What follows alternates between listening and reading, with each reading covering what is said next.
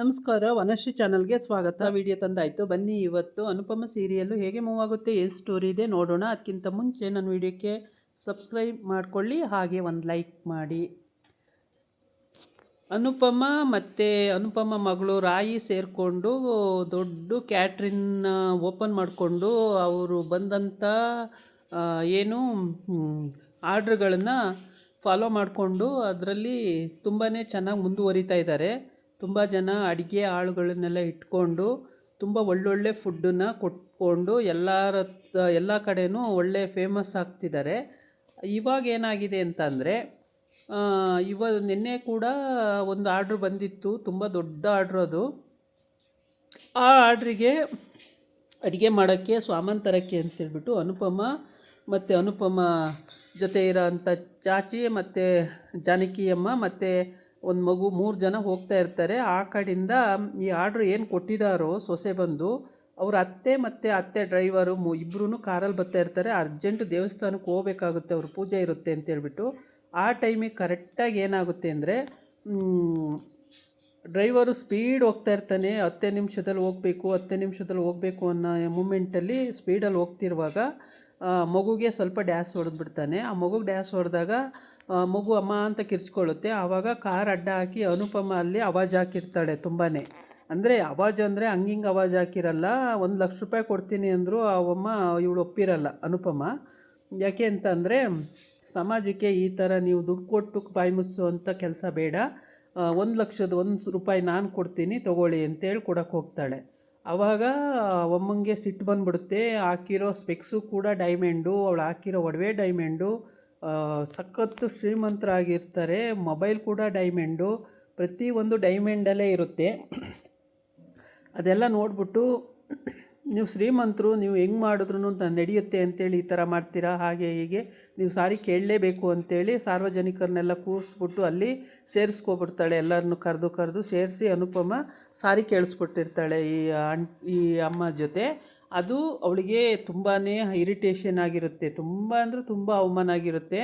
ಆವಾಗ ಮಗನ ಹತ್ರ ಫೋನಲ್ಲಿ ಮಾತಾಡಿಕೊಂಡು, ಅಮ್ಮ ಇನ್ನೂ ಬರಲಿಲ್ವಲ್ಲ ಅಂದಾಗ, ಹೀಗಾಯಿತು ಅಂತೆಲ್ಲ ಹೇಳಿದಾಗ, ಯಾರು ಆ ಹೆಂಗಸಿನ ಫೋಟೋ ಕಳಿಸಿ ಅಂತೇಳಿ ಅಲ್ಲಿ ಆ ಬೀದಿ ಫುಟೇಜ್ ತೆಗೆದು CC ಕ್ಯಾಮ್ ಫುಟೇಜ್ ತೆಗೆದು ಫೋಟೋ ಕಳಿಸಿರ್ತಾರೆ. ಇವು ತುಂಬ ಶ್ರೀಮಂತರಲ್ಲ, ಪಟ್ಟ ಅಂತ ಬಂದುಬಿಟ್ಟಿರುತ್ತೆ. ಹಾಗಾಗಿ ಆವಾಗ ಅವಳಿಗೆ ತುಂಬ ಅವಮಾನ ಆಗೋ ಅಂಥ ವಿಷಯ ಆಗಿರುತ್ತೆ.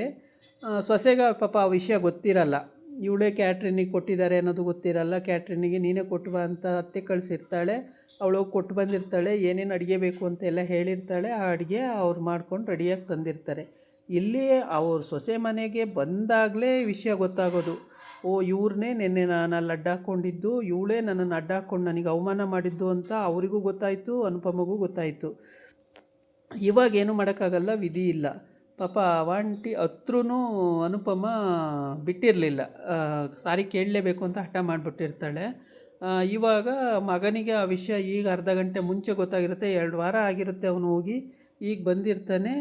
ಆ ಅವಮಾನ ತಡ್ಕೊಳಕ್ಕಾಗ್ದೇ ಪಾಪ ತುಂಬ ಅವಮಾನ ಆಗಿರುತ್ತೆ. ಅವಮಾನ ತಡೆಯೋಕ್ಕಾಗ್ದೇ ತುಂಬ ಜೋರು ಮಾಡಿರ್ತಾಳೆ, ಈ ಥರ ಆಯಿತು ಅಂತೇಳ್ಬಿಟ್ಟು.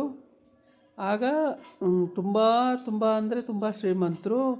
ಅಮ್ಮಂಗೆ ಒಂದು ಗಿಫ್ಟ್ ತಂದಿರ್ತಾನೆ, ಹೆಂಡ್ತಿಗೆ ಗಿಫ್ಟ್ ತಂದಿರ್ತಾನೆ. ಅವ್ರನ್ನೆಲ್ಲ ಮಾತುಕತೆ ಆಡಿಸಾದ್ಮೇಲೆ ತುಂಬ ಅಳುಕಾಳುಗಳು, ಮನೆ ತುಂಬ ಅಳುಕಾಳುಗಳು ಇರ್ತಾರೆ.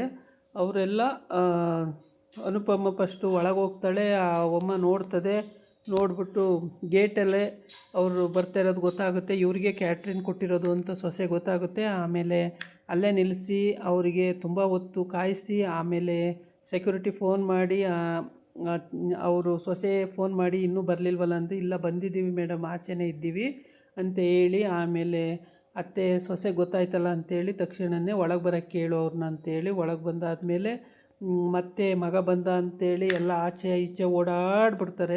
ಓಡಾಡಿದಾಗ ಇವರು ಹೊರಗಡೆ ಹೋಗ್ತಾರೆ. ಅವ್ರ ಫ್ಯಾಮಿಲಿ ಮ್ಯಾಟರ್ ನಾವ್ಯಾಕೆ ಇಲ್ಲಿರಬೇಕು ಅಂತೇಳ್ಬಿಟ್ಟು ಹೊರಗಡೆ ಹೋಗಿ ನಿಂತಿರ್ತಾರೆ. ಆವಾಗ ನಿನ್ನೆ ಇನ್ಸಿಡೆಂಟ್ ನಡೆದಿದ್ದು ಈ ಹೆಂಗಸೇನಾ ಅಂತೇಳ್ಬಿಟ್ಟು ತಿರುಗಿ ನೋಡ್ತಾನೆ. ಆವಾಗ ಅವ್ರು ನಮಸ್ಕಾರ ಅಂತಾರೆ.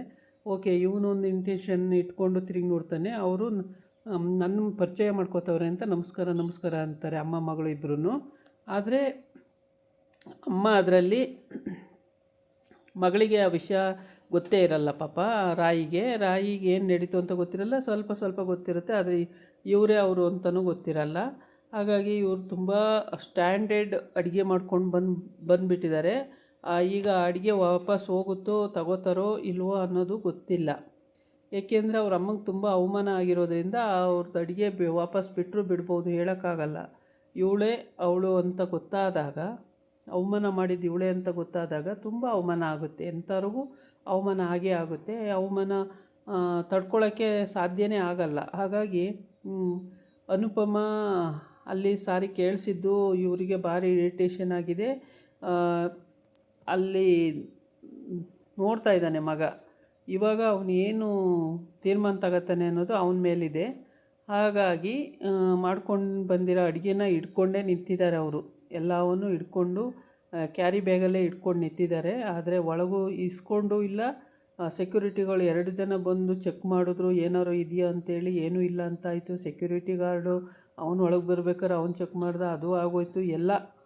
ಎಲ್ಲ ಮುಗ್ದಿದೆ. ಇವಾಗ ಎಲ್ಲ ಮುಗಿಸಿನೇ ನಿಂತಿದ್ದಾರೆ. ಆದರೆ ಅವ್ರು ತಂದಿರೋ ಅಂಥ ಫುಡ್ಡನ್ನು ಇವರು ಇಸ್ಕೊಂಡಿಲ್ಲ. ಇನ್ನೂ ಈಸ್ಕೊಳ್ಳೋದಕ್ಕೂ ಚಾನ್ಸೇ ಇಲ್ಲ ಅಂತ ಕಾಣುತ್ತೆ. ಯಾಕೆ ಅಂದರೆ ಅಷ್ಟು ಅವಮಾನ ಆಗಿದೆ ಅವರಿಗೆ. ಹಂಗಾಗಿ ಅವರು ಇಸ್ಕೊಳ್ಳೋದು ಡೌಟೇ ಇದೆ.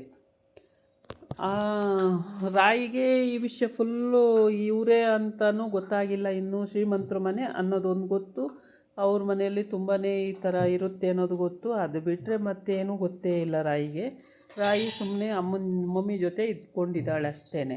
ಇಬ್ಬರೂ ಮಾತಾಡಿಕೊಂಡು ಇದ್ದಾರೆ. ಅಂದರೆ ಅನುಪಮಗಿಲ್ಲಿ ಅವಮಾನ ಆಗೋದಂತೂ ಗ್ಯಾರಂಟಿ ಅಂತ ಕಾಣುತ್ತೆ. ಅನುಪಮ ಅವಮಾನವನ್ನು ಅವಳು ಸಹಿಸ್ಕೊಂಡೇ ಬಂದಿದ್ದಾಳೆ. ಇದೇನು ಹೊಸ ವಿಷಯ ಏನಲ್ಲ. ಆದರೂ ಕೂಡ ಅವಮಾನ ಆಗ್ಬೋದು, ಹೇಳೋಕ್ಕಾಗಲ್ಲ. ಇದಾಗಿತ್ತು ಇವತ್ತಿನ ವಿಡಿಯೋ. ನಾಳೆ ಇನ್ನೊಂದು ವಿಡಿಯೋ ಜೊತೆ ಬರ್ತೀನಿ. ನಮಸ್ಕಾರ.